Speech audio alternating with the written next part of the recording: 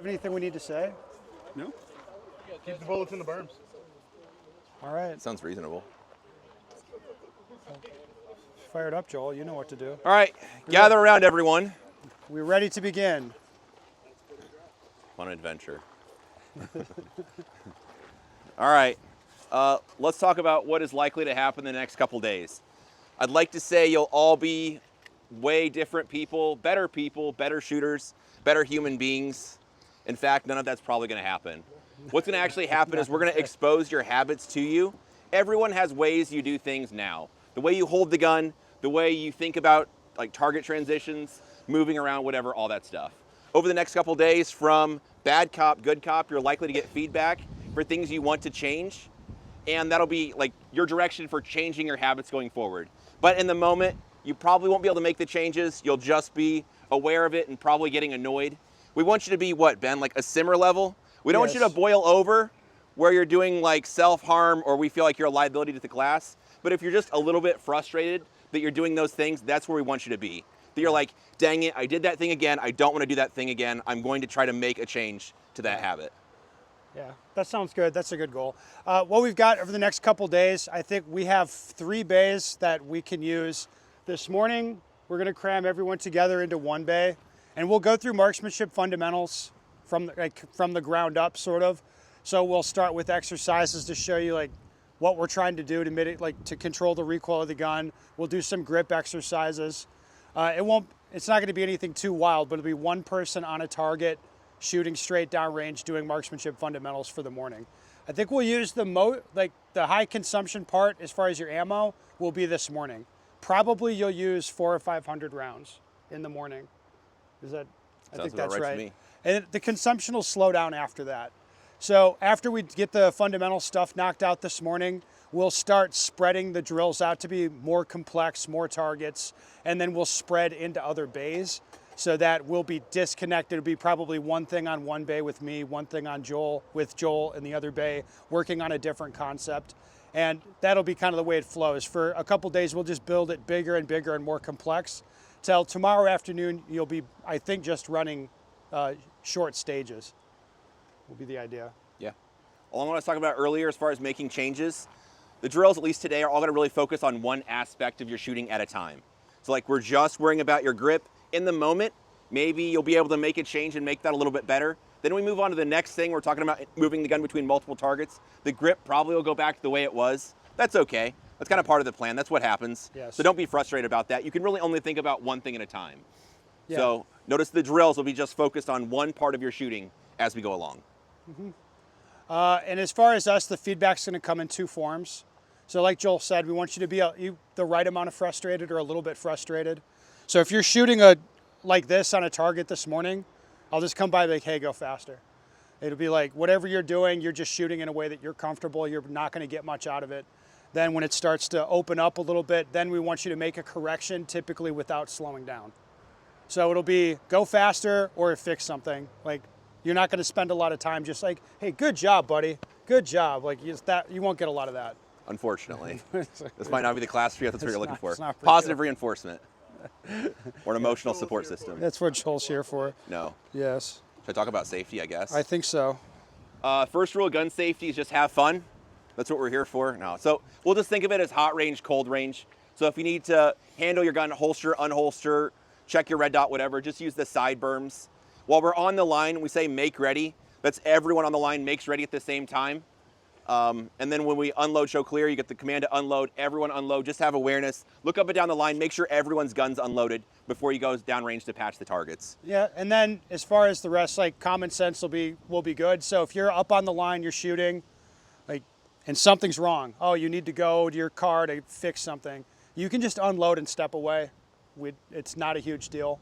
If there's a spot on the line for you, as we move along, there'll be multiple spots to shoot a drill. If one of them's not taken, maybe you want to jump in and shoot, you don't need to ask. You can just jump up. You can load, like while we're mid training, you can just jump in and load and shoot with the rest of the group and then unload with them. So we're not going to ask you to do anything crazy, I don't think. Along the lines of jumping in, if you want to shoot more ammo or get more reps, that's totally fine. If If your hands get sore or whatever, you need to sit down for a minute, that's totally fine too. I would plan to use about 1,200 rounds if you follow with what we want you to do. If you want to shoot more, you're gonna have a chance to do that. Like, guys will be definitely starting to get tired and you can shoot more. Like, that is not a problem. Okay. I think that's pretty much it. Yeah. Cool. All right, well, let's go do the first thing. So grab all your stuff over to here, whatever you need for the morning. So if you have to go to your cars quick and get it, but like you want about 500 rounds here, whatever you'll need, and we'll be here in the morning. Cool. Cool. We're gonna demo. Come close, guys. Come over here. We're not gonna shoot yet. Well, I'm gonna shoot. Yeah, we'll just say go. You like my SIG shirt, Joel? That's very nice. No, my mom told me dress for the job you want, not the job you have. That's why you got a haircut, I see. I got a haircut. I got my SIG polo. I'm ready to be a fucking nerd. I'm really sad you didn't wear the samurai sword this morning. Dude, that's for a different gag. That's coming. Did you see my samurai sword, Joel? I did. Let's talk about the drill, Ben. All right. All right, we'll get your timer out, Joel. All right, we're going to start with, well, a drill that's, this is more philosophical than a technique thing, and that's like what we're trying to do with our grip, like how we want the gun to behave and what we're looking for it to do. Most people, what they want to do is clamp on the gun super hard and try to mitigate the recoil as much as they can. That's not what we want you to do, but I'll make an example for you. Joel, will you give me a timer? Yep. If you watch the gun here, we're not even assessing the target. We actually don't care where the rounds go.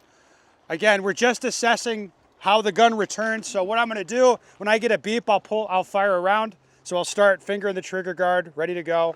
When I get the beep, I'll shoot, and then just return the gun back down to the spot that I wanna hit, which in this case will be the black aiming reference I have here. Okay. All right, stand by.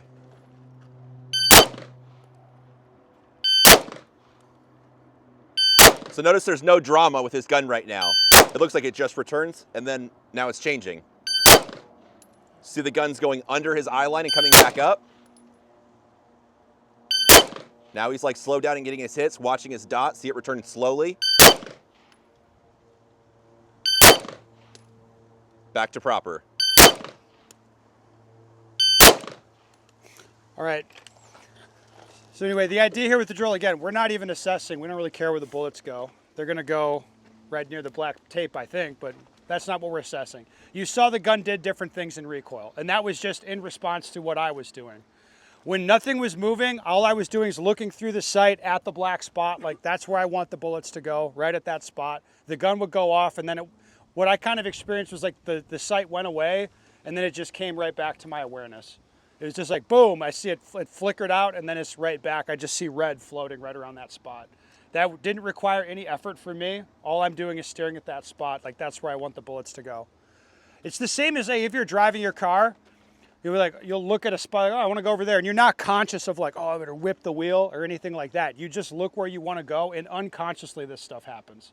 It's the same thing with your gun. I'm just like looking where I want to go, like, yep, that's where I want to shoot. Boom, the gun goes off, and it'll come right back to where I'm looking. You could see when I pushed on the gun, or I just put it in my head, I'm not gonna let the sight rise up, I'm gonna push down.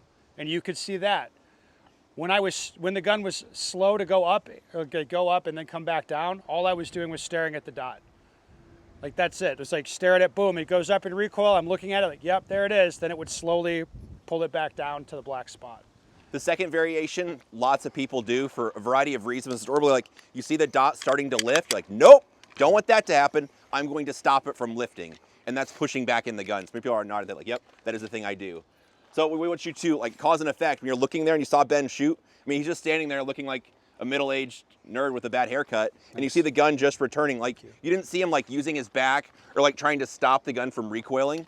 Just hold the gun with your hands and forearms, and the dot will just float back to where you're looking. If you try to stop it from doing something, you're gonna add a bunch of bad inputs that cause issues. Okay. Right? Yep. Does this sort of make sense to I everybody? Middle-aged Sig Sauer employee is what I should have said. Whatever. Sorry. That's what they all are. Or a retired general. That's pretty much who works there. It's like nerds and retired generals. Oh, perfect. That's great. I can't wait to put this on YouTube. I can't wait either. Let's have everybody come up to the red line and pick a target. All right, guys, come to where you can stand around me. I'll make a demonstration for you. We'll do a lot of rounds on this drill, just to be aware. And okay, like I said, I'll make a Make a few examples for you. We're gonna start back here. We'll start here. Okay. Fine with me.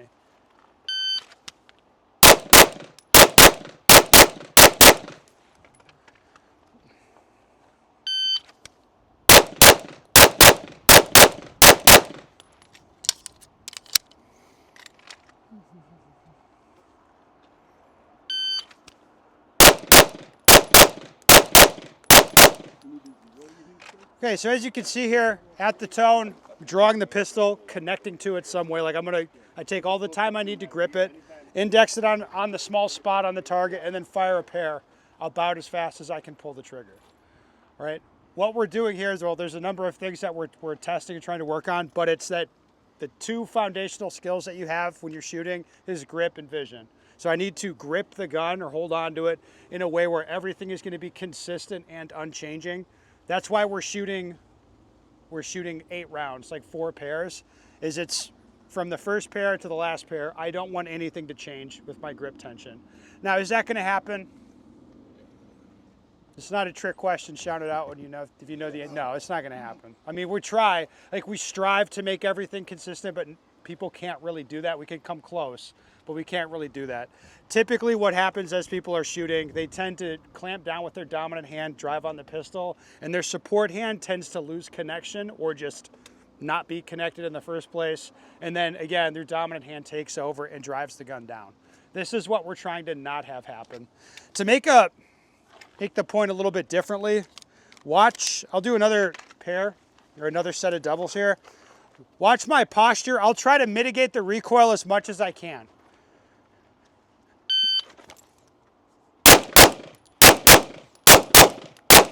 So you can see really low posture. I angled my elbows out, pushed in on the gun. Like I was doing a lot of work. Like apart from holding the gun with my hands. Did it look like that made the gun any softer or changed anything that was happening with the gun?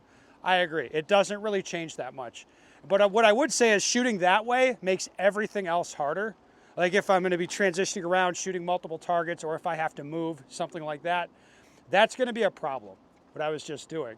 So instead, what I want is I just hold the gun with my hands, and it'll emphasize making it consistent and predictable, but I'm not trying to stop the gun from recoiling. I'm not trying to, I'm not going to stop that from happening. I'm just going to let it happen. So do another example like this.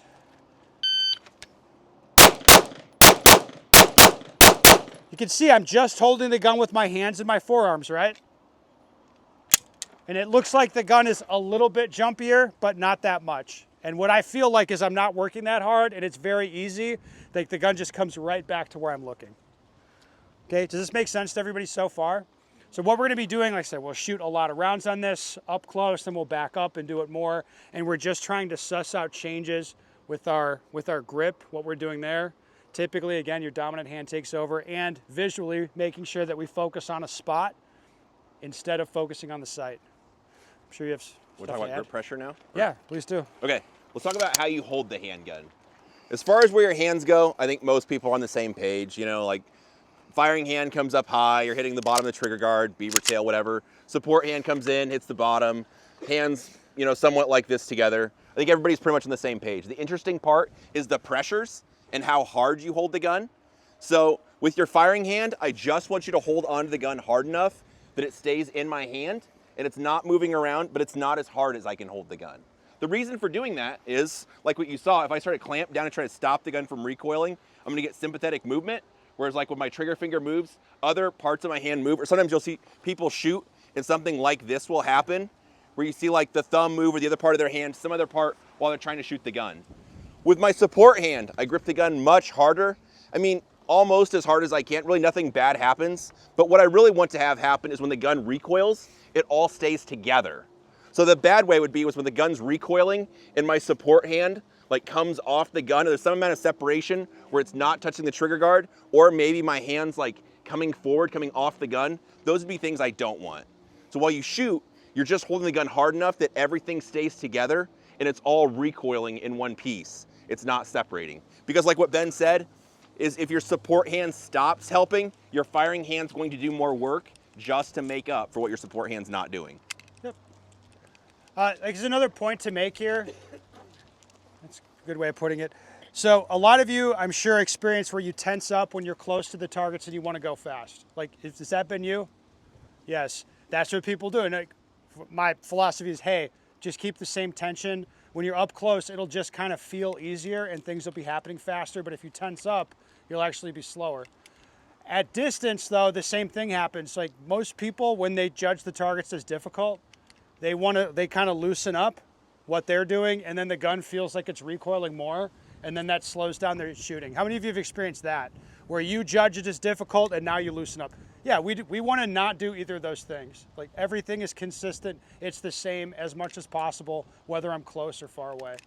The grip pressures I'm asking you to use, the way I think about it is I hold the gun with one hand, like I'm just holding it so it doesn't fall, and with the other hand I'm really crushing down on the gun to keep it together. It's tough, like Ben said, to have those separate grip pressures. At the beginning, like we're doing this drill, just when I do the draw, I think like, okay, maybe I'm holding the gun like firmly or holding the gun harder, or whatever the way you think about it, but it's nice to have that checklist while you're drawing the gun, at least for this initially, as you know, you're learning to make it become a habit. Because if I say, like Ben said, relax your firing hand, the other hand's gonna relax also. Hey, hold the gun harder with your support hand, then your firing hand clamps down also. So it's really tough to do, like to adjust the pressure in one hand without adjusting it in both of them. Good. I think I'll give you a couple of bad examples now. I'm good at that. World class indeed. World class bad examples.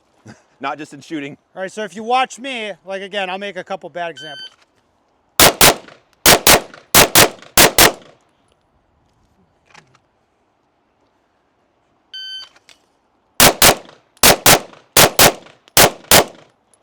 All right, so I just gave you a couple of bad examples there. And it was like, I know I'm going to talk through this, but this is what I want you guys to get out of it. The first example I gave, I drew the gun, I was holding it kind of loosely. I started shooting, I felt the recoil hit me from the first round. Tensed up everything, I drove the gun down into the second round, and then you saw things centered up more. But the gun, I would say, was wobbly. It was like tracking around weird. The second run I gave you, I just tensed up my firing hand more and more and more as I was shooting till the last pair, I could not reset the trigger that well. And you can see it slowed down a lot. Like that type of stuff, like one thing or the other, something like that is going to be happening while you're shooting. And what we want from you is that you can say, yep, I'm feeling this or that happen with my hand. Like, hey, my firing hand keep tensing up while I'm shooting and I keep driving the gun down. Or hey, my support hand's not doing anything. Or maybe really nuanced. Say, hey, the gun's tracking slightly right while I'm pulling the trigger. I'm not sure what's going on. Maybe I'll play around with my trigger finger position. Something like that. That's what we're looking for you guys to be saying. It's not so much you're shooting perfectly and you're like, yeah, I just should go faster. It'll be, you can articulate exactly when it's not perfect, when you're not getting what you want, what's going on. Along those lines of articulating, if I look at Ben's target and I walk over and I'm like, hey Ben, what happened right here? If Ben could be like, yeah, it was the second shot, I felt my hand clamp down, I pushed into the gun, I'm really sorry, it won't happen again. Like that would be a good answer. Otherwise, if it's okay if you don't, he's like, I don't really know why they're going low, I'm gonna continue to work on it. That's okay too. What we want you to do is associate cause with effect. Meaning, like I see the dot lifting, I don't like that, I start pushing into it and I just like, oh, the shots are going low. Yes. That would be like, okay, cool. So what's causing that and how can you fix it? So you're not gonna be like a bad person if you shoot Charlies. I mean, you might be a bad person, but you can still shoot the Charlies or Deltas. We're not gonna get spun up about that at all. This is just, like honestly, this is a journey without a destination. Because no matter how good you get, we're gonna move the targets farther back. We're gonna ask you to shoot faster at the target. It's just about learning your grip. So it's not a pass or fail, and it's not like if you get all alphas, you like get a pat on the back. It's like, hey dude, why weren't you shooting faster? Why wasn't the group smaller? Why aren't you farther back from the target? Whatever. Yes. Right, Ben? Yeah, sure. Yes, I agree. Let's let's get to it. We should pace this up and then we'll. Oh, Timmy Tanfo's coming. And then procedurally, really quick, we don't care about the draw time. So draw the gun in whatever time you need to get the right hand position. It's 8 shots. So it's a pair of targets, a pause to let the gun quiet down from recoiling, then another pair of shots. We don't want you to just rapid fire them back to back. Yes. Cool. Okay. Okay. Let's do it. Just you gotta relax your right hand. Joel. Right. Yep. Before we pace, let's come on, look at the targets. Not just your target, we'll look at the neighbor's targets as well. What we're looking for is some semblance of a pattern. All right, so for example, what are we thinking here?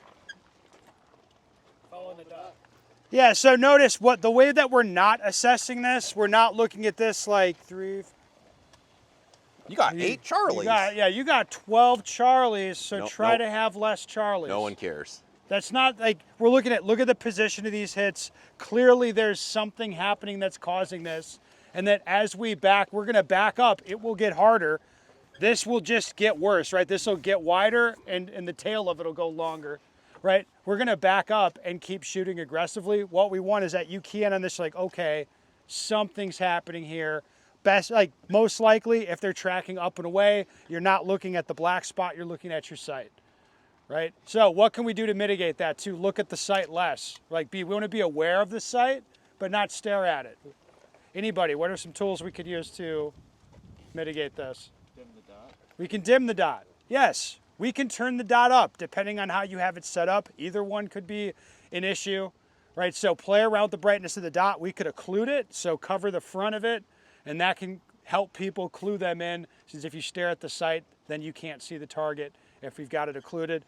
Yes, and we could you could even build out this reference bigger, so if you think it'd help you, especially as we back up, make this more the size of a fist, like that black thing. Again, it's just, these are tools to help you get focused on the target, right? But again, we're looking at probably you're doing something wrong. Like you can see what you're doing wrong.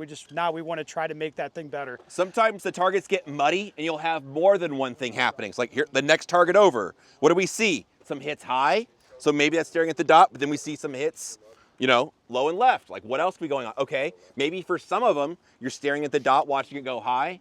Then you push into the gun trying to stop it from recoil. Likely, the issue was they were pushing into the gun. Most people vacillate between those. Either looking at the dot or like torquing their hand down. It goes from one extreme to the other. Yes. Pushing into the gun, you're like, oh no, don't do that. Instead, I'll just stare at the sight. That way I don't push the gun low. Right. Now this one, I would assess it as just not focused on the black spot. So notice the hits are centered basically where we want. It's basically a concentric pattern. It's just bigger than I'd want. Usually you're not actually focused on a small spot. And then as we back up, you'll see these hits will just take up the whole target. Okay, so these are, again, look for the big picture. Like you're probably doing one or two things wrong. And it's like what we want is you to mitigate that. We're not scoring this the way you conventionally would. We're trying to fix the actual problems. Okay. A couple quick things about the drill. Some of you I asked if that was as fast as you could pull the trigger. I already knew the answer to the question. I was just assessing honesty. Being a dick. Yeah, I was just assessing honesty. So it's rapid fire pairs as fast as you can pull the trigger. The reason for that is, again, talking about this drill quickly, we call this predictive shooting. With training and experience, you can predict where the second shot's likely to go. So we're firing the pairs so fast that I don't watch the sight come back down a second time and be like, yep, looks pretty good. I think I'll send the shot. You're shooting at a pace faster than you can react to each sight picture, but that doesn't mean like it's a hope or unaimed fire. You should have awareness of where the second shot's going. So you fire a pair, pop, and you're like, oh, dang it, I pushed on the gun again. Like in the moment, it happened so fast, I couldn't fix it, but afterwards, I understand what happened.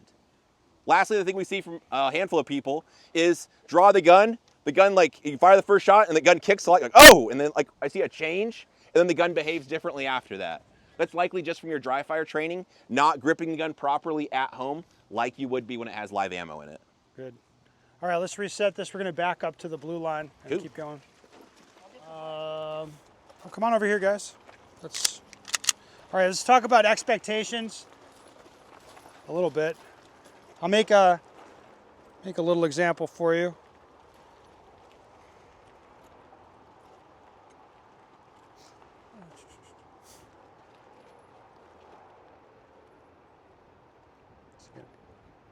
Is it going to beep? There we go. Of course.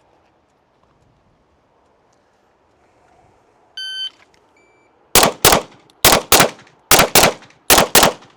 right, let's head down here.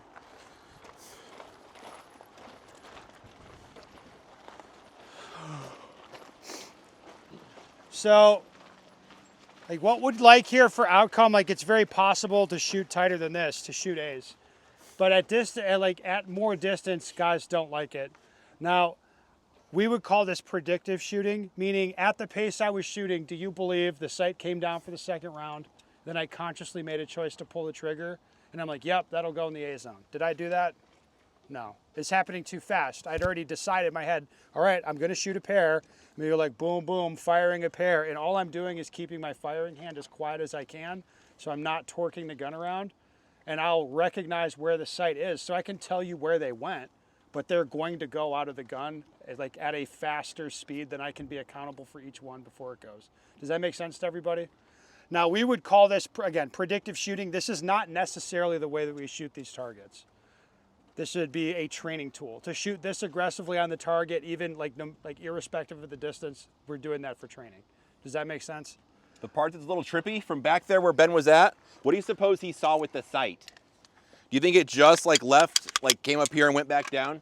No, it probably was going off the target or very up high on the target. That's very trippy when you're doing it. It's like, oh no. Right. Again, like trust and believe that you can predict where the shot's gonna go. But in the moment, he's like, bop, bop. And he's like, oh boy, like how high did the sight go? That is why we're talking now. So when we get back at a certain distance, it depends on the system you're shooting or whatever. Some guys have comps, some don't. It changes things. But we'll get to a point where the red dot leaves the target and then comes back. What can you do about that? Nothing. What should you do about that? Nothing. What are you going to do about that? Probably, oh, you give it some help. You fucking give it some help. Right, another way to think of it is my sight does something. It tracks it, whatever, like depending on the gun, it'll track up to 12 o'clock or 1 o'clock or 12:30. It'll do a pattern like this. That's going to be a different size relative to the target depending on the distance. So at 5 yards, it's just a red squiggle that's all the way inside of the A zone. It doesn't leave the A zone. At 20 yards, it's this red squiggle that's leaving the brown target, which again, I want to change what I'm doing, but I just make an effort not to. Make sense? All right, again, at 20 yards, or as we back up, didn't measure it, but whatever the distance is, we want a concentric, we're hitting in a concentric area, however big that is, and it's not shifting the pattern around. If the pattern shifts around, that means that you're doing something that's moving it, like a hand tension change or whatever. You're doing something. Instead, it's centered where I want, and it's a concentric circle. Then I'll control the points I get just by how hard I push on the throttle. Make sense? All right, let's go give it a try. We're gonna try to shoot with a little more accountability. So before, we don't really mind where they go. We're trying to learn as much as we can. We're not really doing that now. Now we're trying to shoot for performance. And we'll be reacting to the sight for every shot. Previously, you're gonna shoot that fast pair no matter what. Like you're not seeing the sight come back and reacting to it. But now I'll react to the sight for everything. All right, we'll be shooting 6-shot strings. My target area, like I'm gonna stare at the black thing, but I'm gonna shoot as many A's as I can. Let me make an example for you.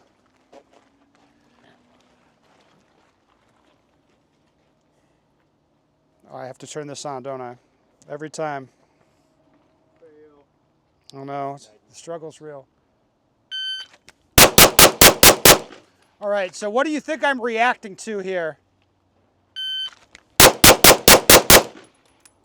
Go on, shout it out if you know it. What am I looking for?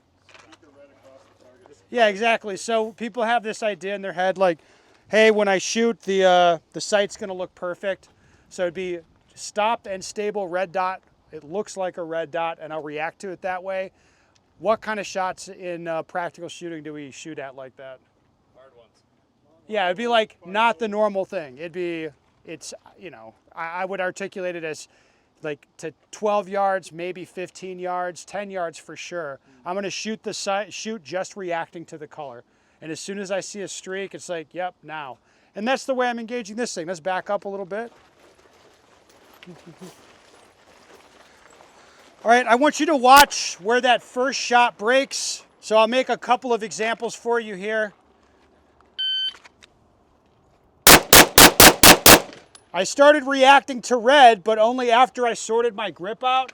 This would be super common from most of you. Let's make another example here. Right, what did I react to there? The low hit. What's that? Yeah, exactly. So you saw as soon as the gun came to my eye target line, I started shooting.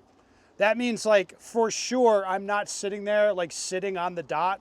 Like what we don't want is that you'll take this first sight picture and get super comfortable. Again, react to what you see as soon as you see it. What most of you will have to do is be very conscious that you get your left hand on the gun or get your support hand on the gun before it gets up to your eye target line. So the idea here is get the pressure on the gun, so as soon as it's up here and you see your sight, now I can actually react to that. You follow me so far? All right, let's back up.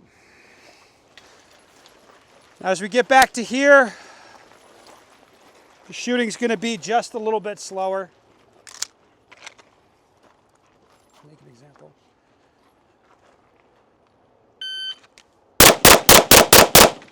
Let's back up a little bit.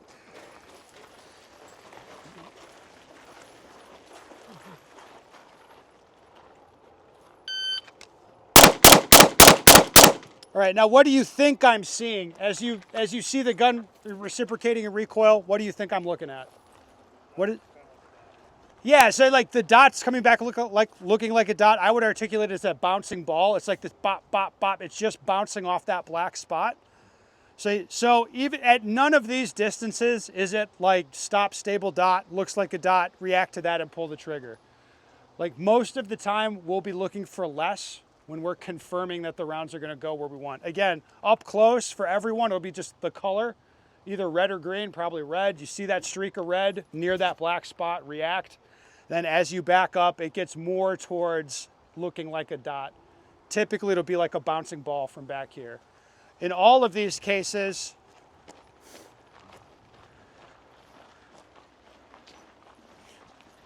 I'm seeing enough that they're gonna go in the A zone. Make sense to everybody? So we're trying to shoot the A zone, it's just looking at the black and reacting to something else. What people find hard is that your attention's being driven to a very small spot, but you react to something very gross. Just like a slash of red like that, I'd be like, pull the trigger.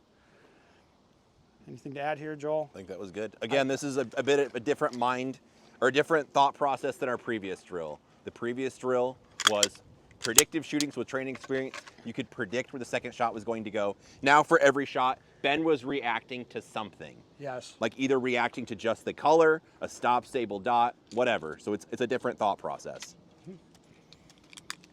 Cool. All right, cool. Let's do it. And then we'll put up, after we're gonna fuck these targets up at the yellow line here, up close, then we'll change them, we'll put new ones up, so they'll look pretty for you. Pretty targets are good? Pretty targets count for a lot. Like looks matter. Like if you weren't halfway, we're gonna go back into this. We gotta talk about a couple of things. How many of you are having a problem getting the grip you want? Yeah, that'd be pretty much everybody. All right, so if I'm training this up on the line, I'll do it like this. Do a rep, put the gun away, moving just my arms, and what I'm visualizing is I want to come right back up to this spot without moving anything. Now, if you watch each other closely, if you consider what you're doing yourself, most of you look like this, right? You'll shift around. A lot of times you'll see your head posture gets down on the gun. It's very difficult to start moving your body around without like looking for the sight when you draw rather than trusting that the sight's gonna go to where you want. Does that make sense to everybody? There's a big difference, like looking at black spot, I'm just waiting for the signal to put the gun right back in this spot versus looking at the target. When I hear the beep, the gun's coming up. Now I start, well, where's the dot? Where's the dot? Oh, there's the dot. Those are two very, very different things. All right, anything to add here? That was good. Yes, so again, like, I wanna see this. Be careful how you put the gun away, moving just your arms. It's really easy to get back to your spot. Try that as we're doing the reps for this. Okay. Cool, let's do it. Let's get to it, guys. I think you should have poop flaps. Now this is gonna be controversial. I don't think Velcro. I don't think zippers. I think use buttons. Buttons? Yeah. Keep it interesting. Sounds counterintuitive, but I think it'll work. Let's see, magnets. How about we talk about shooting stuff instead? Why do we? All right. Just a thought. Mr. fucking. I appreciate blah, blah, you being such an innovator, though, Ben. We appreciate it, Joel. An innovator on and off the range. I am. Okay. So we just did a couple of walk back exercises where you're seeing different things from the sight. Now we're going to try to combine different types of conformation into the same string of fire. I'll make a couple examples for you.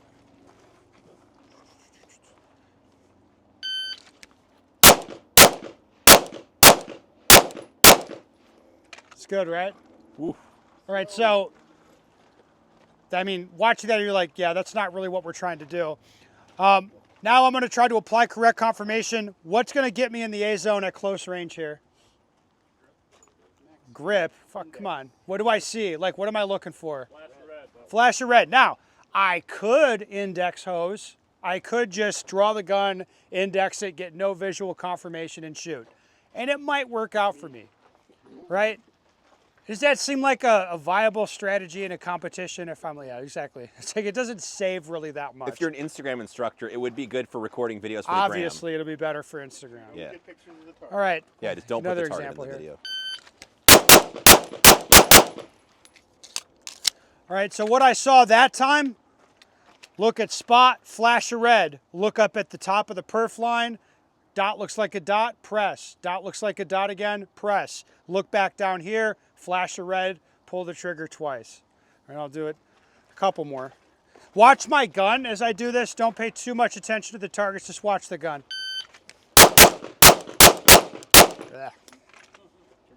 Yeah, my hand.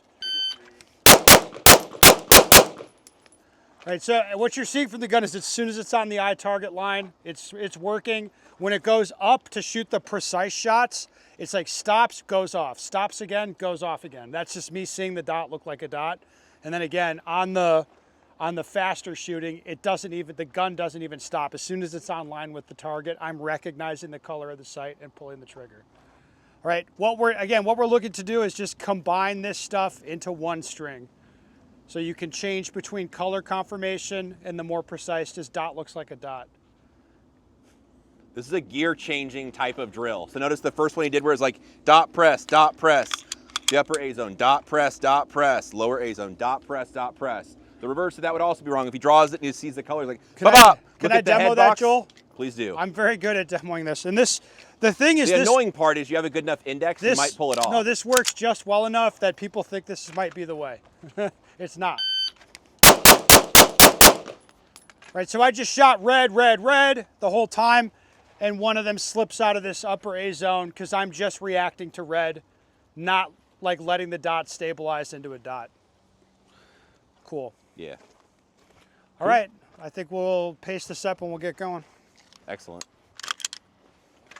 Okay, take it away, Joel. Let's recap what we did today. It was a very simple drill. It was just really tough to do, right? Between the drills we did. So what did we work on? Just gripping the gun properly, minimizing the amount of inputs you had. At some point, I think everyone was either like pushing into the gun, trying to stop it from recoil, or staring at their sight, watching it track up the targets. Yeah, so a couple of notes. So we started doing the predictive shooting or doubles, the faster shooting. Did you do different things wrong when we slowed down and shot reactively? Was it different? What was different? Took longer. No. actually thinking about it. Okay. Right, so typically when people have a desire to shoot more accurately, so the slower shooting, guys want to stare at their dot more. As far as your grip and everything, I think the faster shooting, you see the same trends, you just see them way sooner. Yeah. Right, so those that, hey, if you're inclined to over grip, under grip, whatever you were doing, the faster shooting, that's why we started shooting fast, because you see right away what guys are doing. And then it's hard, as the shooting slows down, it becomes harder to tell, ironically. But that's why we did that order. For me, like, I don't know about Joel anymore, but about half the training I do, about half my rounds are on these drills we did this morning. Yeah, same. Either shooting predictively or reactively, single target, where I'm just working on the way I'm gripping the pistol, making sure I'm target focused. Now, the distances might be different, but it's about half the training, which people find that kind of surprising. But one way to think about it is all the training we did this morning, again, it wasn't really performance oriented. You didn't have to shoot a certain score, but you should have a really good concept of how you grip your pistol, right? And whether or not you are target focused and when you tend not to be. That's the stuff you take to dry fire. So where it's like, hey, one concept of how to hold it, okay, then at dry fire, I draw it, and like, am I holding it the right way, yes or no? That kind of thing. That'd be what we want to take away. then the part we like is towards the end of it, everyone's kind of catching on to what they're doing wrong. Like, what happened here? Be like, oh, I did this. They're like, yep, I agree. So it's good that then you kind of become aware of that. Like I was saying this morning, is if it annoys you enough, you'll go to the effort to stop fixing it. So, or maybe you quit shooting, but either way, then the problem sorts itself out. So that's really good if you start to get annoyed with those little things you're doing where, like, man, I'm just gripping a little bit too hard still. Something like that. I think we're gonna do lunch now. If you leave, could you be rolling back on at like 12:45, 12:15, 12:20? We'd like to start shooting again at 12:30. Good? Cool. All right, let's do that. All right. Time to start engaging multiple targets. I'm gonna do this just dry a couple times, and I want you to just tell me what you notice about it. So no ammo, just watch the gun if you would.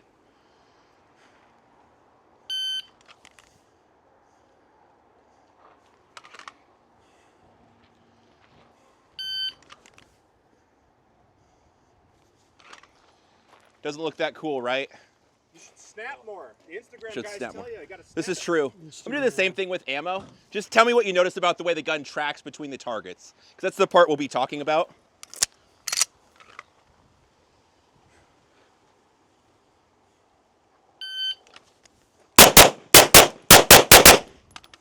Okay, so with ammo, adding in the gunshots, the gun basically, it traveled the same way. And when I added in the shooting part, it seemed okay, right? It seemed appropriate. Watch the gun. I'm not gonna shoot ammo, just watch the way the gun travels if I wanna do it just a little bit quicker. Maybe try to save some time.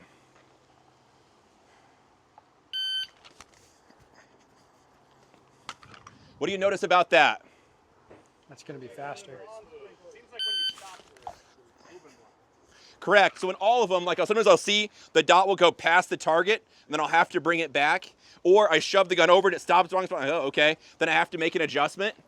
So it sounds crazy, but I want you to just look where you want the bullets to go and just let the sight go there. Not any amount of physicality from me trying to shove the gun at the target.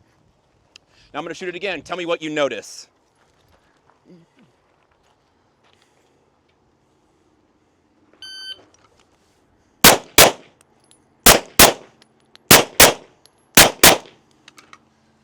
Lame for a bunch of reasons, right? So after I got done shooting, the sight stayed there for a little bit, and then I went to the next target. Then I waited, my dot looked like a dot. I'm like, oh, it looks really nice. Now I'll shoot some pairs. So it'd be pretty lame also. So this is actually really complicated because I'm asking you to do a bunch of things. The vision part is the most important part, which is looking exactly where I want the bullets to go. And as soon as my sight gets there, I choose what aiming scheme I think is appropriate, which we're going to elaborate over on the other bay in a minute. But compared to what you saw this morning, so when I see the right sight that I want to start shooting, then I shoot the target. As soon as I'm done shooting the target, my eyes go to the next target, and the sight's just going to follow. Yeah. So you're going to hit where you look for better or worse. So that means you don't, if you see the sight recover for a third sight picture, you shouldn't be looking there anymore. You'd be like, look at the next thing. Yeah, if you look away, like before or after you're done shooting, only bad things are going to happen. So for instance, you're shooting that back target and I want to shoot this target really aggressively. I could just throw the gun over and like start shooting before the sight gets there. So you'd see hits trailing in, something like that from the target. Or like the first target I'm shooting, I'm like, I shoot one shot and I start like, hey, I'm going to go look for where the next target is. Then the hits will trail off in the way that I'm looking. So it sounds really dumb, but you have to keep looking at the target as long as you're shooting it. All right. So for right now, we have the black aiming references up here. Are those going to help? Yeah. Yes, actually, those are a crutch, or you will get a better result having those on there. I would recommend alternating this in practice, and I would not put them on the dry fire targets. What guys do is they put them on the dry fire targets and they just live there. So we don't want that. Like, I want you to be continually looking to find the spot or imagine it's there if it's not there. Yeah. Let's go to the other side. Cool. Very similar idea. Same, but different, as you were probably expecting. We'll do 8 shots, just like the other side, but it'll be 6 rounds on the close target and then 2 rounds on the one behind it. And this one, similar theme, we're working on multiple targets, but the tension's gonna be a big issue here. Yeah, I'll make a couple examples for you. Can't wait. All right.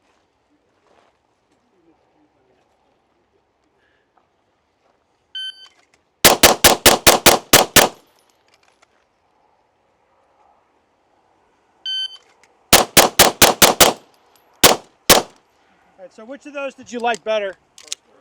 The first one. Now, I mean, I kind of exaggerated, but you've been seeing it probably if you're watching other people when they get focused on the sight.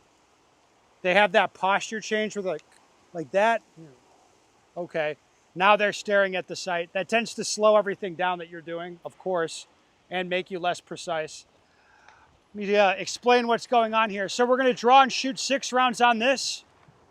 The reason we're shooting 6 rounds on the close target is to give you an opportunity for something to break down. So I think your firing hand takes over with tension. Now you're not going to be running the trigger aggressively. Maybe your support hand leaves, and then your firing hand will tense up anyway.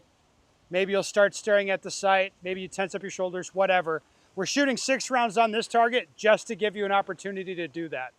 Now, if you look to the second target and you're not carrying any tension or nothing broke down, then the gun will just go right to where you're looking.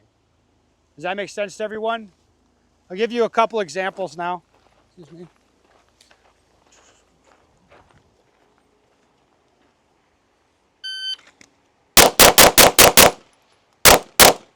All right, what am I doing wrong there? I would agree. I over-confirmed everything. So the gun came up, it was at my eye target line for a beat. Then I started shooting. Then the gun went to the next target, and there was a big delay there. Then it was dot press, dot press. Again, if possible, I want to try to shoot color confirmation or just when I see the flash of red. And I'll do another one.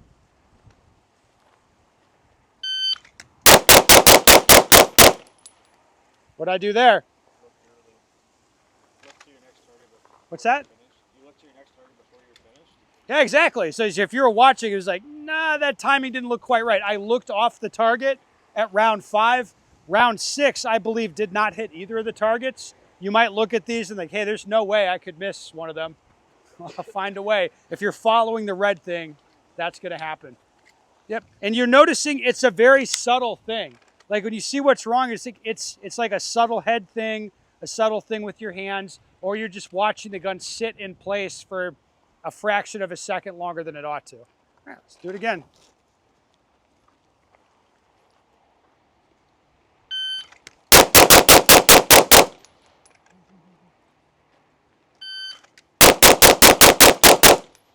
All right.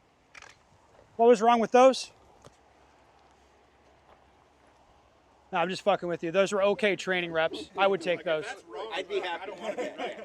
Yeah, it's like, so that would be me, this like training pace, like going aggressively trying to do it right. Do I look like I'm tense? No, that's the key. You are. Yeah, that's the key, is there's not tension coming into your shoulders or coming into your hands. Like that stuff is going to be really counterproductive.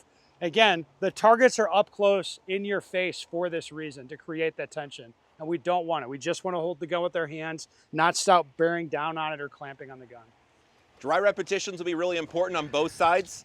So on the other side, just with the 4 targets between the cones, just drawing your gun and just watching the way the sight tracks between each of the targets is really important. Just doing this one, if I'm just doing this dry and I just sling my gun back there and I find like it goes way past or it goes low, whatever, that's going to tell you a lot. And a lot of the times the correction is going to be, like what Ben was saying, just relax. So I don't even simulate in my brain like bang, bang, bang, bang, bang, bang. Not even touching the trigger, just drawing the gun and just assessing how the sights travel between the targets. So whether it's just between these 2 or 4 targets on the other side, it's the same thing. Relax your shoulders, just hold the gun with your hands and forearms, nothing else. Don't try to shove the gun, trying to like make the gun move faster or save you time. All right, so a couple notes for the setup and then how we'll flow through these. On this side, you stand on the cone and shoot. The target should be set like in depth, but not one covering the other, but not a space between them, just set in depth. That'll be correct for this. On the other side, they're built into lanes. You probably didn't see it, like fluorescent yellow cones demarcate the lanes, and you stand on the blue cones and shoot. All the angles should work out fine if you're standing where you're supposed to. If you shift off of a couple steps, you'll probably be shooting through one target and hitting one behind it. So we obviously don't want that. What we'd like is everybody gets a couple of looks at each drill. So shoot that side, come here, shoot here. All right, go back over there, shoot that one again, come back over here and shoot this one. Like I said, everybody should get a couple of looks at stuff. I think this side will run faster So if you do extra reps, probably it'll be over here. Does that make sense to everybody? You're not in groups. We're not going to be telling you where to go exactly. Just cycle through these and get a couple of looks at each one. Okay? All right, let's get to it. We need pasters here, and we like to do some tougher transitions. All right, so if we take any skill set we're doing, we make the exercise longer and more complicated.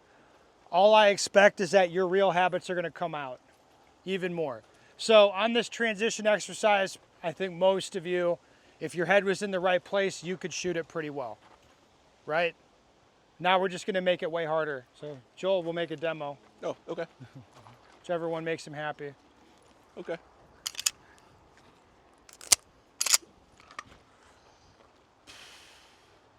Pay attention to the order I'm shooting the targets in. That's the part we'll be talking about.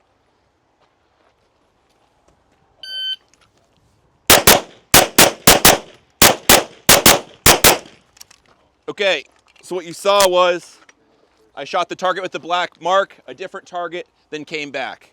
I'm gonna shoot it again. Tell me what's wrong with this one.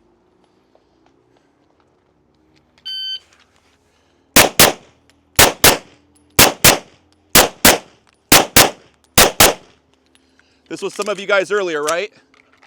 Okay, now I'm gonna do it again. Tell me what's wrong with this one.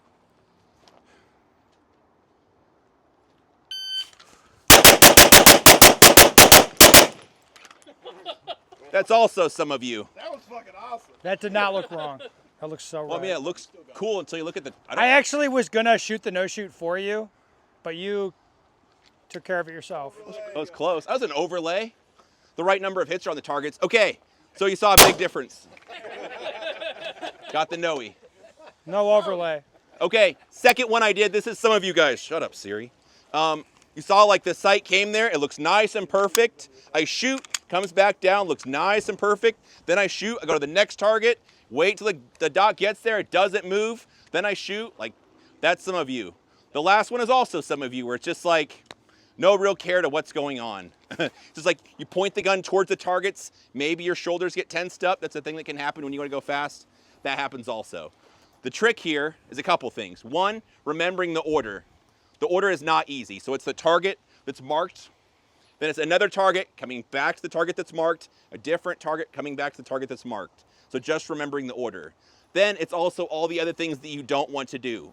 Whether it's aiming too long, not actually aiming at the target at all, getting your shoulders engaged where you shove the gun between the targets, not looking at the point you want to hit on the targets, so then the bullets cluster in the wrong spot. All those bad things can happen. That's true. So this is just tougher in every possible way than the previous drill we did over here. Yeah. Okay. All right, let's go to the other side.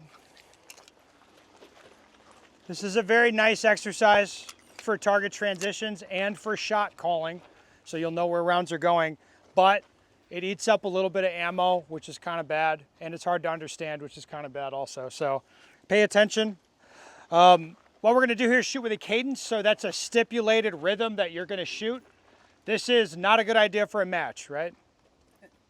Not a good idea. Pretty good idea as a training tool, because it forces you to shoot it a certain way, which is nice occasionally. But again, I would not do this in a match. So what we're going to do is set a cadence or a tempo. What I'm going to do is draw and fire 6 rounds onto one of these targets. This is just to set the rhythm, just to set the tempo for my shooting. I don't care how fast you draw. I'll just say that right up front. All we're concerned with is the pace of this. I won't assess the first shot time. Okay. All right, nice controlled 6-round steady tempo, right? Bop, bop, bop, bop, bop, bop, right? Fair? All right, now I'm going, what's that? Do we have to do the smiley face? Yes. Yes, if possible. Try to do that. All right, so look at spot. Is bop, bop, bop, bop, bop. That's my rhythm. I'm going to take that rhythm now, and I'm just going to flip my vision to the next target every 2 rounds.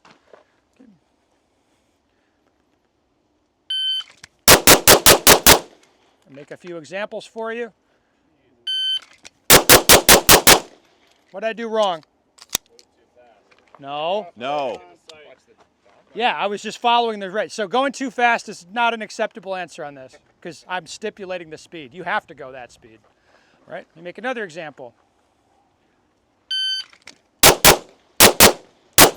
That'll be probably the most common thing. That's where in my head, like I did this, the speed I kind of thought I was supposed to, but there's this a big gap in the rhythm while I'm transitioning between targets. You're not allowed to do that. Let's see, what else could I do?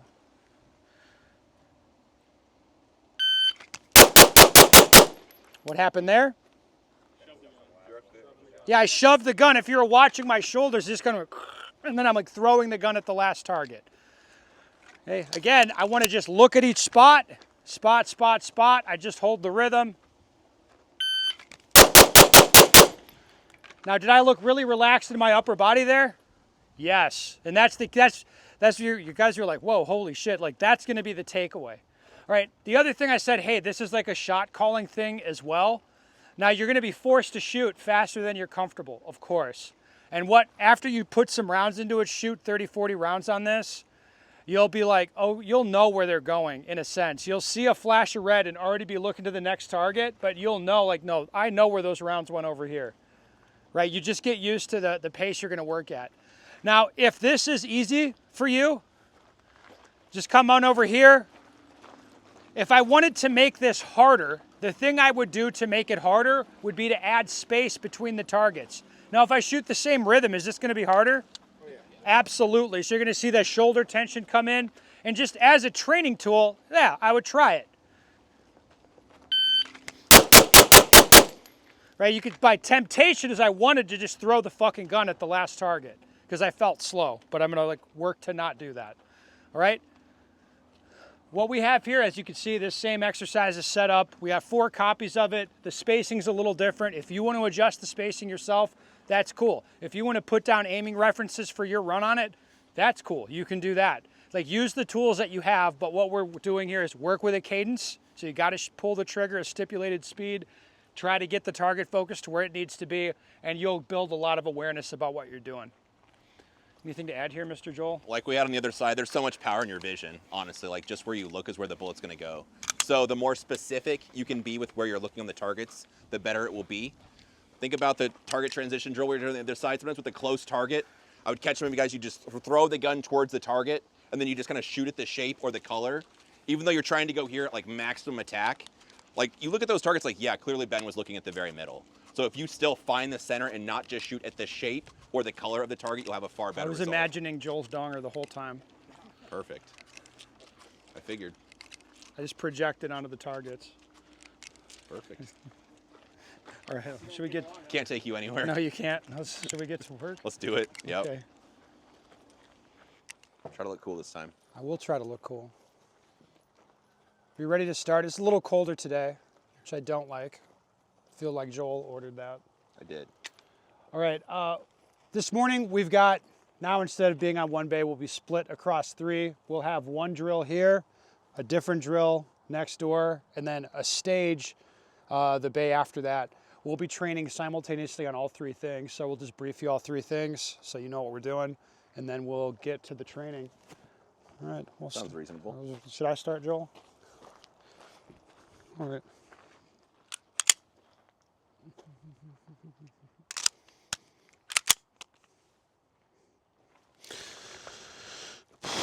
All right, so here we'll be doing a 2-position movement exercise. It'll take time to get everybody through this because we only have 2 spots. So pay attention to this one, and then most of the skills that you'll be working on, you'll be practicing on the stage. Anyway, let me make an example for you.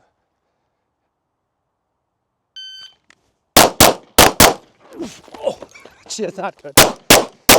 Let's do one where I'm not almost falling over. I need that video. No, the video is going to go on YouTube. It makes no difference. I just want to give you guys a good one.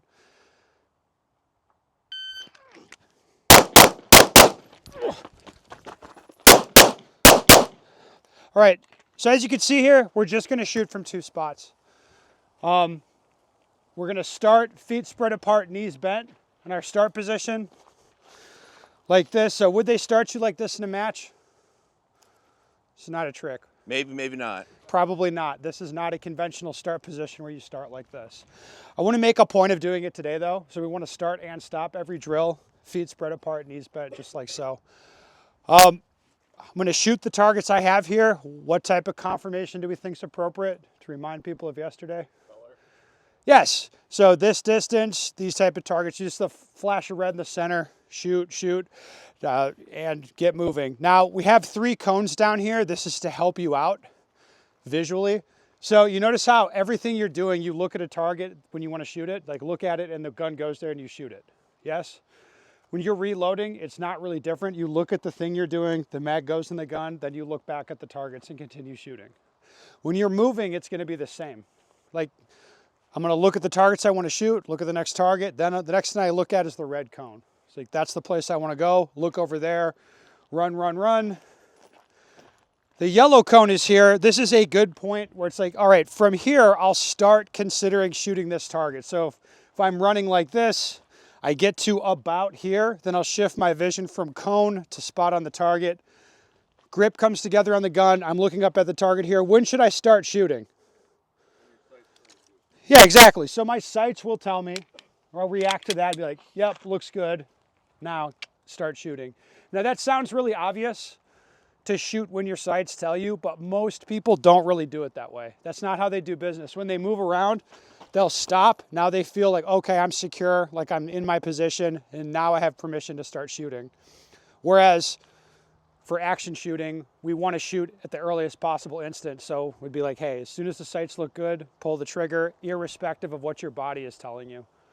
Does that make sense to everybody? All right, so quick wrap up on this.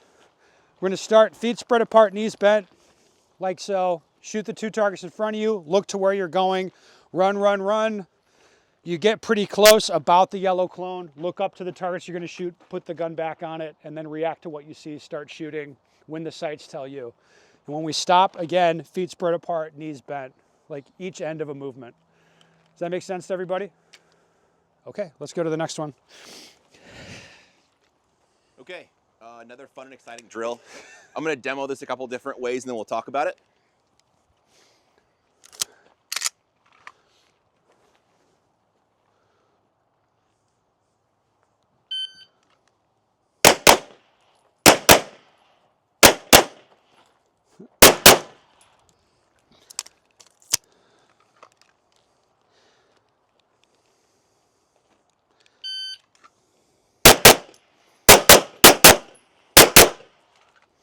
There was a big difference between the two. What did you notice? Target order is the same. I kept moving. So the first one I drew and I just kind of like watched my sight. I'm looking for the target. I'm like, yep, looks good. I'm like, oh, my sight's moving around a little bit. Like, let me stop, let me slow down. The second one, what I did was there's 4 targets to shoot. We've got the blue lines of cones separating each section. So we've got 3 setups here. From the left side of this barrel, I'm shooting target 1. Then I look across diagonally for target 3, shoot that as soon as it becomes available. Then target 2, then my eyes go back to target 4 and I'm looking through the barrel for where I think it's going to be. Then once I see target 4 and I clear the barrel, then I shoot that target. What I want you to do is separate your upper body doing the shooting while your feet just carry you across. People get crazy ideas in their head, like shooting between steps, or I'm going to like wait until this foot comes off the ground and shoot, or wait right before this one touches the ground, whatever, like none of that crap. All I want you to do is just walk across, and like the theme from the other side, when your sights tell you it's time to start shooting, that's when you shoot. Based on the difficulty and the distance to these targets, just reacting to the color of your sight is what we're looking for. Ben, anything to add? I mean, I think that's really good. Okay, so for setup, you're gonna start facing target 1 with target 3 across from you. I'm not gonna shoot ammo, so you don't need ears. After I shoot target 1, my gun goes up and I'm looking through the barrels for where I think the target's going to be. Like if you're a video gamer, it'd be wall hacking, right? So then once I see that target and the sights look good, I start shooting. Target 2, then after that, I go back to 4. Again, my gun's up, I'm looking through the barrel. The barrel's not sharp and in focus. Like I'm looking out for where that target's going to be. Then once I see the target, I see the color of my sight, then I just shred. Yeah. So the big thing there is like as you're shooting this, the barrels are just visual distractions. It's like your job is to find a spot. Like after yesterday, you should be like, okay, if I find a spot on the target, that's where the gun goes, for better or worse, right? The barrels are there to interfere with that. It's really that simple. And then for whatever reason, guys get a good understanding of target focus shooting this drill because you're overcoming the distraction of the barrels and you have to keep moving, right? So that also helps because your sight is always going to be wiggling a little bit. It'll never be stopped and clear.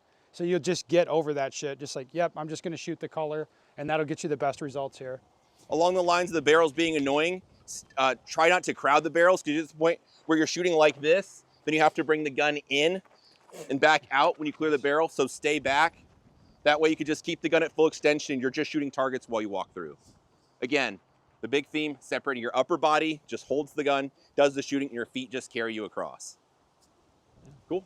All right, let's go to the next bay. One. Here's like a USPSA competition stage. I guess PCSL if we're doing this club. Doesn't really matter. So here we have a competition stage.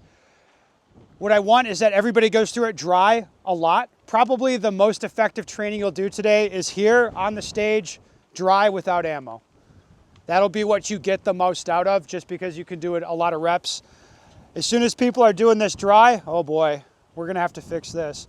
As soon as people are done doing this dry, we'll flip it to live ammo. So you'll shoot it live, but we'll start the day with you doing it dry. Now, what I want is you try to apply 4 rules, 4 principles as best you can while we're going through this. So I'll give you the rules. So first, if possible, feet spread apart, knees bent. This is how we want to stand. Is this always going to happen?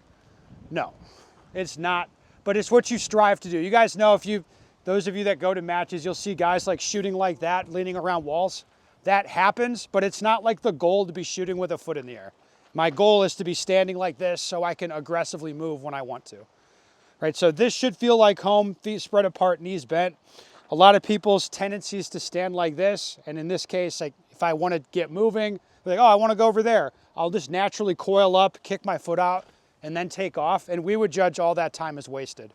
If I'm just like this, kind of set to move, when I decide to move, I'm immediately putting power into movement. So try your best, stand like this. Like this is how you should tend to stop. Even though it's not gonna look perfect on a stage like this, that's what we're trying to do. When we're training, we want it to be full power, full speed. So if there's not much running in this stage, but if you have nothing to do in front of you, like no target to shoot, your movement should be full power, full speed. A good gauge on that is like if you do 3 dry reps, let's say on this stage, you should be sucking air. You'd be like that just means, hey, you're doing it maximum effort. You're going really hard. That's good for training because you'll overrun positions or you'll make mistakes, and it's very easy to identify that, and then you'll just slow yourself down to where you have control of your body. And that's basically how fast you should move through here. Like as fast as you have control of yourself, that's how fast we want you to go. And again, like training it dry, you'll get a good look right at where the line is, and then you can make sure you're safe in everything we're doing with live ammo. All right, you're gonna save time, gun up, ready to go. So just like on the other 2 drills we have today where there's a movement component, you'll notice the gun up a couple steps before you plan to shoot a target. That's what we want to see. And on a stage like this, your gun will hardly come down. Like you'll be the gun up engaging targets pretty much the whole time. Right? One other thing to pay attention to is avoiding extraneous movement with your feet. So coming into a position, shooting a target, shooting another target, shooting another target like that where I'm shuffling my feet every time. Like we try to not do that. I'll try to put my feet down once and then shoot everything without moving my feet if I can. All right, I'm gonna go through this dry a couple of times. Just like yesterday, I'm gonna put the gun on the target, like transition to the target, get a sight picture that would work, and then just go to the next target. I'm not gonna pull the trigger or simulate the shots or anything like that. I'm just gonna move through the stage aggressively and again, get sight pictures on everything. Should bear in mind that any movement I see in the sight, particularly like while I'm moving, that's gonna come from my lower body. Like I'm doing that. All right, let me go through it here.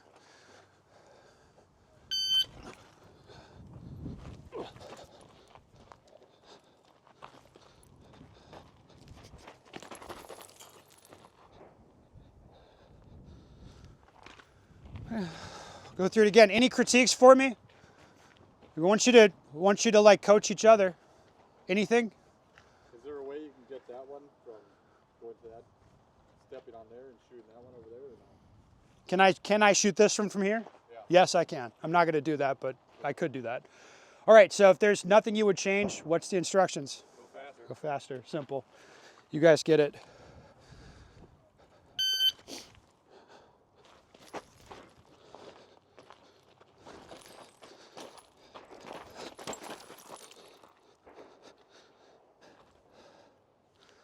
and so on. So I'd go through like that, and like what I'm being critical of myself is exactly how my sight's moving when I'm walking through this center section. So I've got a tuxedo here and a tuxedo there. I'm making sure the red dot goes in there and it's just kind of floating inside of the hard cover. I'm like, okay, that would be okay. Then look to the next target. It's like, so for me, I'm being very sensitive to that stuff. Ben, what percentage of dry reps on this would you be genuinely happy with? Like 1 in 5, 1 in 10 maybe. Like I'm pretty critical. So it'd be something you critique every time, right? Like this could have been a little bit better. I wish I wouldn't have done this one little thing. Like to me, I didn't like that I had to, it was like a little half step to get out to get that target. Like I did not like that. Yeah, and people from the cheap seats watching, like you wouldn't really know that. But Ben being like super critical of everything he's doing, if he keeps picking apart those little things, he's going to make a change. Or like next time he won't do that. As opposed to be like, oh, it's pretty good. We could shoot it, like I could shoot this live if the guys want, and then you guys will go through it dry. Cool. Here we go.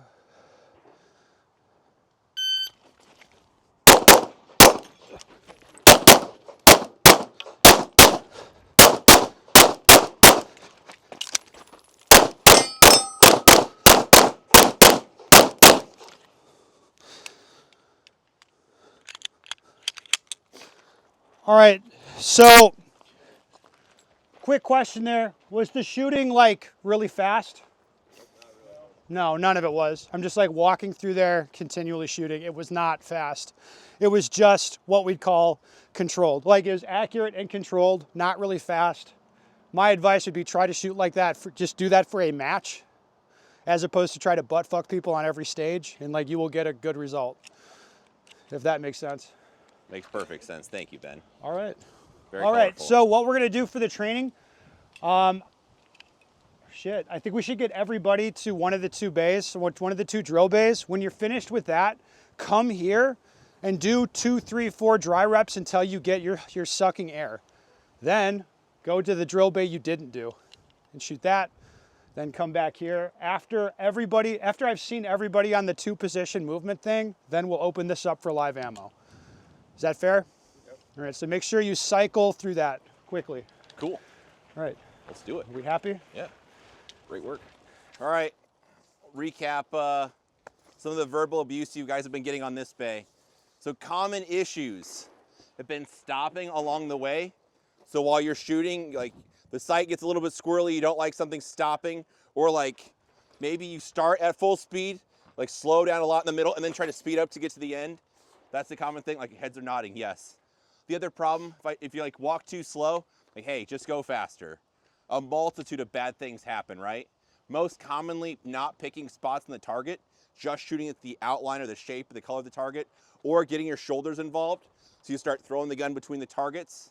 Commonly seeing the gun, like I see your muzzle swing past the target, then you have to make a correction to bring it back because getting your shoulders engaged really causes you to become very imprecise with where the gun's going. And then some trigger freeze happens, especially it seems like on the last target. You're like getting amped up, you want to stop the timer, you want to get the last shot, then that clamping down with your firing hand, pushing into the gun. Yeah, so we've modified this drill now. Everybody shot it once, right? At least once. All right, the way we modified it is we put up no-shoots. That should not be a huge problem. So if you look at the no-shoots on the targets, are those gonna slow things down a lot? No, and that's why we put them up the way we did.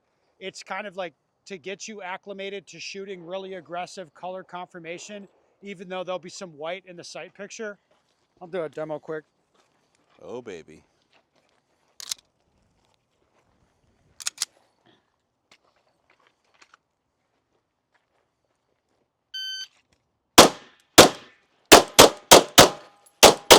I could not stop trigger freezing. I'll do it again.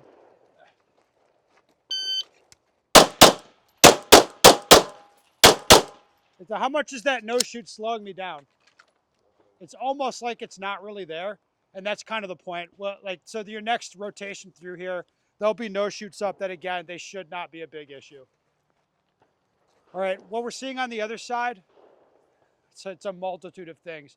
If guys have the footwork sorted out, the problems become visual. Like either you're just looking at brown and shooting, and some guys are getting keying in on their sight, and shots get pulled in the direction that you're moving.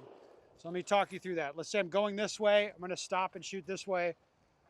If I mount the gun, I'm looking for the sight, there it is, now I start shooting, boom, boom. As I'm moving this way, the rounds go like this, because I'm looking at the sight itself rather than where I want it to be, right? I've seen that a lot over there. Very common thing. All right, we're gonna put a timer on the drill, or on the stage. You can start shooting the stage live. You can rotate back through the drills. I think we'll keep going right as we are now until about 12:30. So you have like about 50 minutes to do whatever you want to do with these drills. Then we'll do lunch. After lunch, it'll be a different set of drills. So if you want to get it in on these, get it in now. Yes, sir. Do we time ourselves, or is someone gonna be Somebody there? will run the timer for you. Yeah, so there'll be enough people there. Just any random person can run the timer. That's fine. Sound good? Cool. All right, let's get to it, guys. Excellent. You do. All right, gentlemen, we've got a drill here that's pretty simple in a sense and complicated in another sense. What we're going to do is shoot each target with 2 rounds from one side of the stick, shoot each target with 2 rounds from the other side of the stick. The rules we have with stance, so feet spread apart, knees bent, that's still going to be in play. So let me make a couple examples for you.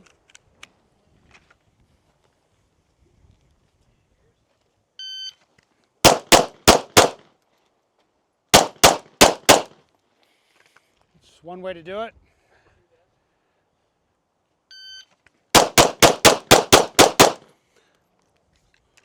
All right, so the second round, obviously that's more what we want, where it's a fluid situation where it doesn't look like, I'm not really standing still and shooting, right?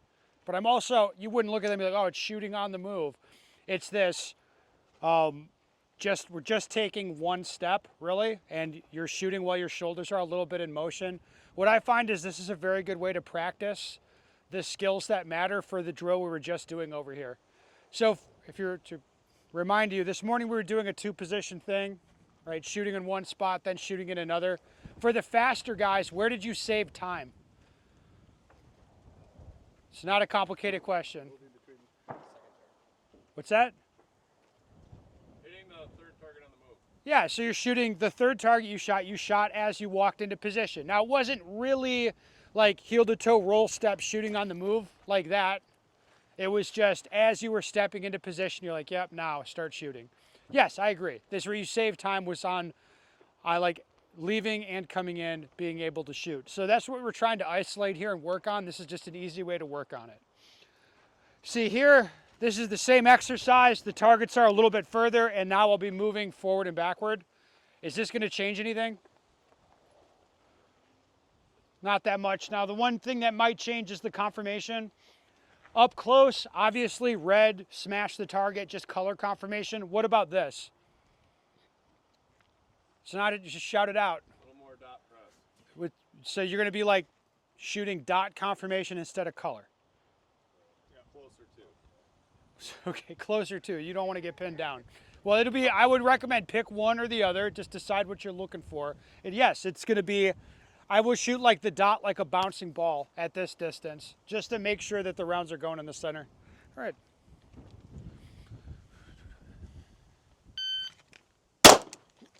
Ah, a little light strike there. Pull it up. Are you going to get mad, Joel? No. Just, It's like the 5th time it's done that. well, at least it's not a really hard hit on the primer or anything. Like 5 of those in 10,000 rounds seems like a lot. Just glad you haven't hurt yourself with it yet.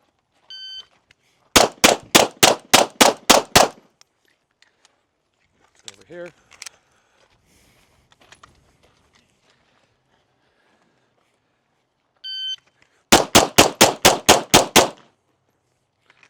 Right. So they all look the same but slightly different, right? Again, the things we're paying attention to when you start and stop, it's a stance you'd actually want to shoot from. Like, so I want to finish like this. Okay, now I can actually move out. It'll be tempting, like for example here, it'll be tempting to finish the drill like this. Like just make an attempt not to do that. The easiest way, especially people have trouble with the lateral movement, you'll have an easier time like cross steps. So your trail foot goes first over the stick, and now it's easy for me to spread out. You also notice I went slightly forward. So I just cross step a little bit forward. That's very easy. If I try to long step like that, I'm not going to be able to get wide easily. Okay, does this make sense to everybody? All right, so as you can see here, 4 setups, same, they're similar but a little different. Same themes though. We're trying to enforce the stand stuff and then shoot when your sights tell you. Anything to add? No, looked good to me. Let's go to the other We're side. working on near to far target transitions. In between each set of cones, we've got 4 targets, which are set in depth. I'm going to shoot this a couple different ways. Hopefully that'll give us stuff to talk about.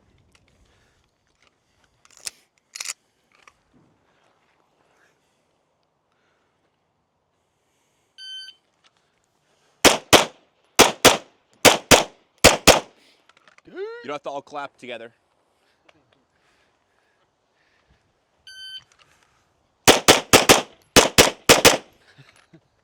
Difference between them, how I engage them, right? Draw this comparison to your dry fire, assuming you do dry fire at home. Some people have like a fireplace or a bookshelf or staple all their dry fire targets right next to each other on the wall. So you're not really having to do like a focal depth change at all. You just like move your gun from left to right. This is really good for drawing your eyes to like the focal depth changes, looking back, not just looking at the shape or the color of the back target, making sure that you really find the center. Then up close, again, the targets are so close, so big, how could you miss it? But yet, you know, that still is a thing that can happen. So not tensing up your firing hand, not using your shoulders to shove into the gun, and then making sure you find the center of the targets. Yeah. Ben, anything to add? Well, I mean, we've seen people struggle with this a lot. Remember we did the 2-position thing. There was one target that you shot coming in on, and then the other target was back just a little ways. A lot of people just refuse to find the center of that. But this exercise here, this will be good help with that. I'd recommend put up black pasters as aiming references if you think you need them. Put them up before you go and like use that as an aid, and then just take them down when you're done. On this setup on the end, like where the 2 targets in the middle are close together, it'll be really tempting just to kind of do a drive-by and just drag your gun through the target and end up with like hits, you know, something like that as they trail through. So it's very important, regardless of distance, difficulty, whatever, your gun has to stop on each target. Even if it seems like a close, easy target. How could anyone miss? Like that still is a thing that could happen. Find Cool. a way. All right, and any questions on the stage? No. All right, well, Cool. we'll be back to it. Same format as this morning. Yeah, what's up? When you ran it, Uh-huh. you know, you go paper, steel, and you turn around. You went to the far right, and then shot this one, and then shot the next one. Okay. Could it be better to shoot this one as you're moving, then lean and shoot this one, and then like move? I wouldn't do that, but you can do that if you want. That's too complicated for me. I don't like that. I'm not that smart. That seems really tough. Hey, So you just keep it simple? that's what I do. Not everybody that. You want to demo this one, Joel? Sure. All right. More fun and exciting drills. From each cone, you've got 3 targets. The transitions aren't really very wide apart at all, but obviously the distance changes quite a bit between them. I'm going to shoot the drill a couple different ways. Then we'll have stuff to talk about, as the saying goes.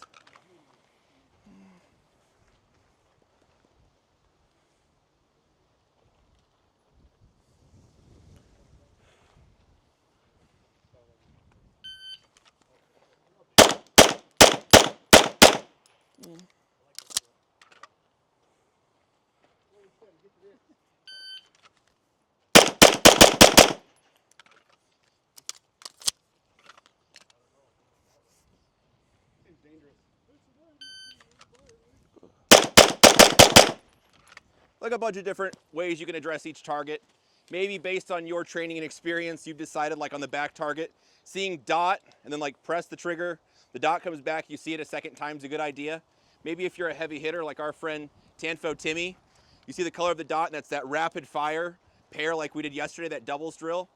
The middle target's pretty interesting because depending on like where you're at, it's like there's gonna be a bit of separation. Sometimes people drag through the target where they don't stop in the middle of it. Regardless of skill level and how you feel about it, the close target should be just reacting to the color of your sight and that fast rapid fire pair. For whatever reason, having people start on the back target helps ingrain this. What I think is going on is to shoot the one back there. I think everybody understands that your grip and everything has to be pretty right.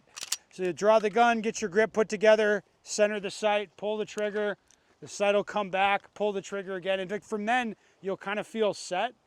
And then as you work your way in, you'll have an easier time applying that concept. What we find is if we shoot this near to far, guys are still like chasing to get their grip on the gun. So they're just not comfortable shooting the color as soon as they see it. So that's why we're gonna stipulate you shoot back to front.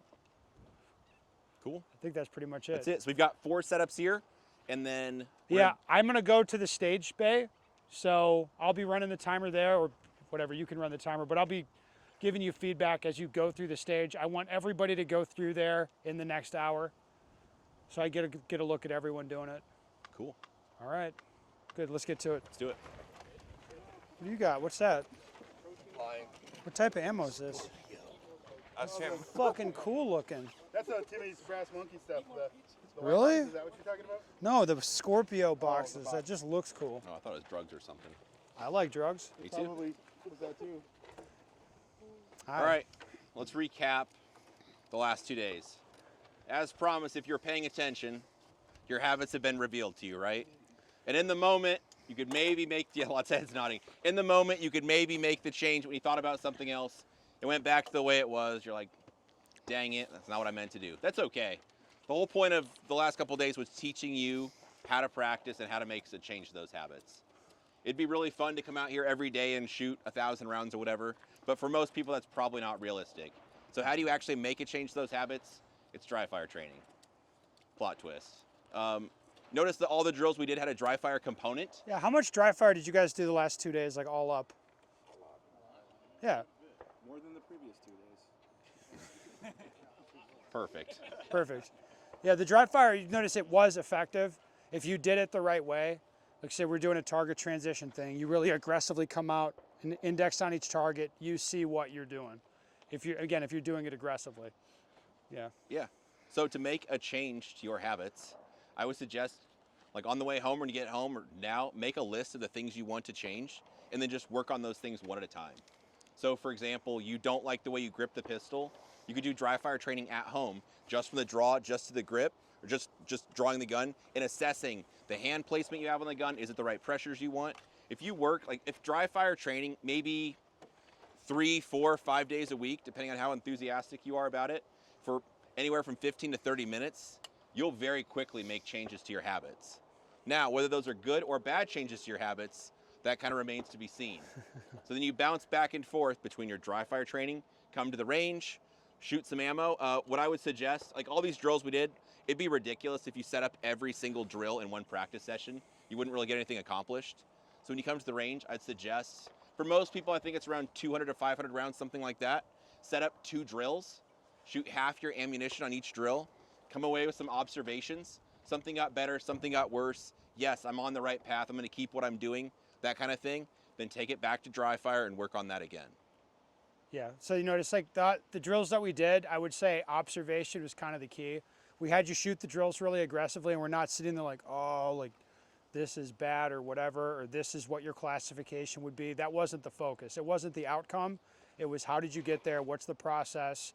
And then shooting the drills a lot to kind of explore them. That is good stuff. We believe in that. Like less drills, more volume. It's very good. Despite all the crazy talk, notice like, well, at least I never really got like spun up or angry if anyone's like, oh, you shot a Delta, I told you not to. I was mad. All right, well, maybe Ben got mad, I didn't.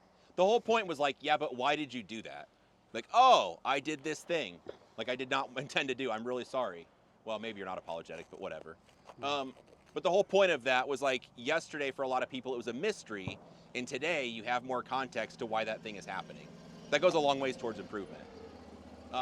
I think of it like a recent class I did where like day 1, there were like, this person was like big problems, like terribly pushing into the gun. It was crazy.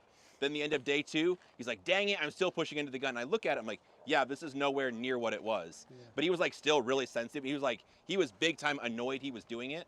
That's really good because he went from having like a big problem to the problem being like, yeah, I mean, it's still not good to push into the gun, but it's way better than it was. So if you keep nitpicking yourself, like even in dry fire training, every repetition, you're just like, this one little thing I wish was a little bit better. That goes a long way towards improvement. Yeah. All right, do you guys have any questions about anything we did? No? All right, well, Mr. Tim, what do we need for the range? What are we doing here? Got tear everything down, and I can kind of instruct where it goes. We can all get it put away. All right. It's 15 minutes if we all work together. So we have the 3 bays that we used. We're responsible for cleaning up. We don't have to get brass, I don't think, do we? No. We don't get brass. That's my job. If we could get the target, like the stuff on this bay, targets and stands, onto the back of the little trailer there, Yep. I got and then the nail pullers. We'll put the nails in the bucket. Everything goes on there. Right. We just And then pull the- those apart. yeah, the stuff on the other bays, we can just pull it back. All the props are stored right Yep. I of can there. point out in between Be the two very comments easy. there. So if we just pick all that shit up, that should be all we have to do. Sweet. Hey, let's do it. Yes, let's do that. All right.